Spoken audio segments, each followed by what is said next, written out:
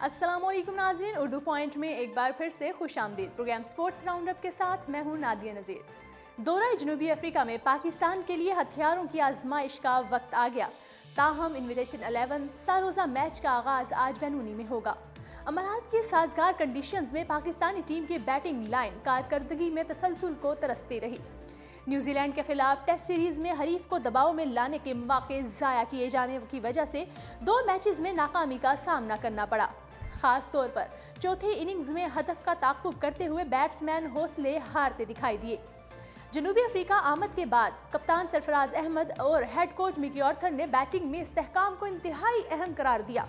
उनका कहना था कि प्रोटीज की मजबूत बॉलिंग लाइनअप के खिलाफ अच्छा टोटल हासिल करें तो बॉलर्स मेजबान टीम की 20 विकेटें हासिल कर सकते हैं।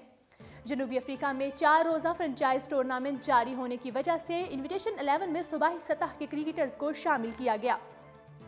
उन्होंने कहा कि हरीफ कमज़ोर होने के बावजूद मेज़बान मुल्क की कंडीशन से हम आहंगी और बैटिंग फॉर्म की वापसी के लिए पाकिस्तान को मयसर वाहिद टूर मैच अहमियत का हामिल होगा।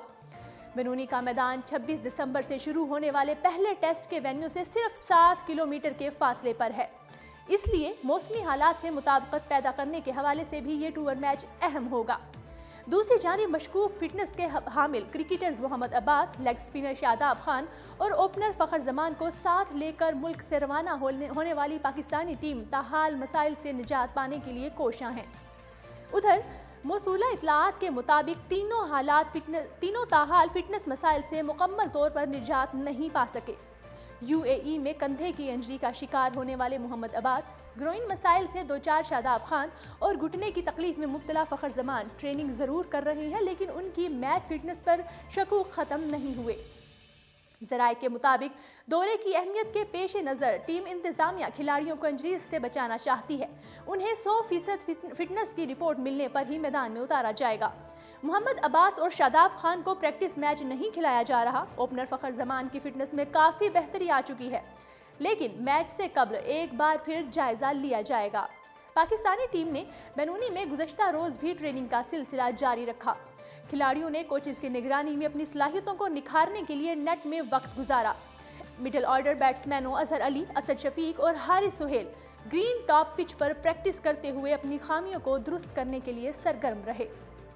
और दूसरी जानिब डोमेस्टिक क्रिकेट के मुजव्वज़ा सिस्टम पर गवर्नर बोर्ड को शीशे में उतारने की कोशिश जारी है। पीसीबी गवर्नर बोर्ड का 50वां इजलास गुज़श्ता रोज़ नेशनल क्रिकेट एकेडमी लाहौर में हुआ। उस मौके पर डिपार्टमेंटल टीमों के बगैर नए डोमेस्टिक स्ट्रक्चर की मंजूरी का कोई फैसला ना हो सका।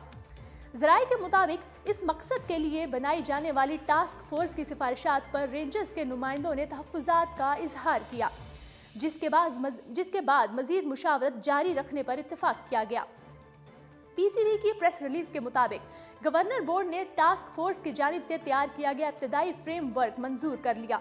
डिपार्टमेंट्स और रेंजर्स का अहम किरदार जारी, जबकि खिलाड़ियों और मुतल्लिका फरीकीन के मुफादात को मुकद्दम रखा जाएगा। टास्क फोर्स स्ट्रक्चर के लिए आईनी और माली तफसीलात तय करने के लिए मजीद काम करेगी। ज़राए का कहना है कि इजलास में कोई हतमी बात तय नहीं हुई। जिस अंदाज में तहफ़्फ़ुज़ात सामने आए, उसके बाद फुरैकन को एतमाद में लेना आसान काम नहीं होगा। चेयरमैन पीसीबी एहसान मानी ने गवर्निंग बोर्ड इजलास में बोर्ड को पेशावराना बुनियादों पर इस्तवार करने के लिए उठाए जाने वाले इक़दामात से आगाह किया।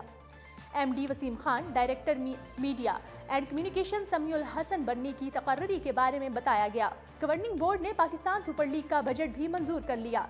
इवेंट की तैयारियों और मीडिया राइट्स की फ़रोख्त में पेशरफ्त भी ब्रीफिंग दी गई। ऑडिट और क्रिकेट कमेटी की रिपोर्ट्स का जायजा लिया गया। अरकान को ये भी बताया गया कि आईसीसी की तनाज़ात कमेटी में पीसीबी और भारतीय बोर्ड की कानूनी जंग के मुआवजे का फैसला बुध को आएगा। पीसीबी कानूनी माहिरीन की राय में केस हारने पर मुआवजे की तवक्कुआत से कम अदायगी करना पड़ेगी। याद रहे कि भारतीय मीडिया में केस हारने वाले पाकिस्तान से 15 करोड़ रुपए वसूल किए जाने की इतलात सामने आई थीं। ताहम पीसीबी का ख्याल है कि सस्ते में जान छूट जाएगी। दूसरी जानिब बोर्ड ने वेलफेयर पॉलिसी 2015 के तहत साबिक क्रिकेटर्स के मुआवजों में 20% इजाफे की भी मंजूरी दे दी है। कौमी T20 क्रिकेट टूर्नामेंट फ्री दिखाने के लिए इकदाम करने की हिदायत। डिप्टी कमिश्नर मुदस्सिर रियाज मलिक ने शहरियों के मुतालबे पर पाकिस्तान क्रिकेट बोर्ड के मकामी हुकाम को कौमी T20 क्रिकेट टूर्नामेंट फ्री दिखाने के लिए इकदाम करने की हदायत जारी कर दी। डिप्टी कमिश्नर ने इस सिलसिले में चेयरमैन पाकिस्तान क्रिकेट बोर्ड से टेलीफोन पर राब्ता भी किया और दरख्वास्त की कि जनूबी पंजाब के शायकीन क्रिकेट को टूर्नामेंट की जानिब राग़िब करने के लिए स्टेडियम में मैच दिखाने के लिए टिकट की पाबंदी खत्म करते हुए एंट्री फ्री की जाए। उन्होंने कहा कि पाकिस्तान क्रिकेट बोर्ड तमाम क्रिकेट मैचों को फ्री दिखाने के लिए टिकट खत्म करके भरपूर आगाही मुहिम भी चलाए। इस हवाले से डिप्टी कमिश्नर मुदस्सिर रियाज मलिक ने बताया कि चेयरमैन PCB ने जिले इंतजामिया के इस मुतालबे पर फौरी अमल दरामद की यकीन दहानी कराई है। शहरियों को मेगा इवेंट से किसी सूरत महरूम नहीं रहना चाहिए, क्योंकि तवील अरसे के बाद मुल्तान में कौमी क्रिकेट की रौनकें बहाल हुई हैं। और दूसरी जानिब टेस्ट क्रिकेट की 141 साल तारीख बदलने के लिए तैयार। 26 दिसंबर का दिन एशियन टेस्ट क्रिकेट की तारीख का एक सुनहरा दिन होगा, क्योंकि उस दिन एशिया की तीनों बड़ी टीमें पहली मर्तबा बॉक्सिंग डे टेस्ट में मद्दे मुकाबिल होंगी। बॉक्सिंग डे टेस्ट की ऑस्ट्रेलिया और जनूबी अफ्रीका में बहुत अहमियत होती है और हर खिलाड़ी इसमें शिरकत को एजाज समझता है। और अब टेस्ट क्रिकेट की 141 तारीख में ये पहला मौका होगा जब पाकिस्तान, भारत और श्रीलंका की टीमें एक ही दिन टेस्ट खेलेंगी।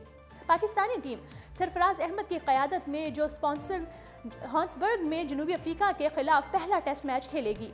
भारतीय टीम विराट कोहली की कप्तानी में ऑस्ट्रेलिया के खिलाफ पहला तारीखी ग्राउंड पर 4 टेस्ट मैचेस की सीरीज का तीसरा मुकाबला खेलेगी। श्रीलंका की टीम की क़यादत में न्यूजीलैंड के खिलाफ क्राइस्टचर्च के मकाम पर 2 टेस्ट मैचेस के सीरीज का तीसरा मुकाबला खेलेगी। जी नाज़रीन, उर्दू पॉइंट से फिल वक्त इतना ही। खेलों की मज़ीद खबरों के लिए देखते रहिए प्रोग्राम स्पोर्ट्स राउंडअप।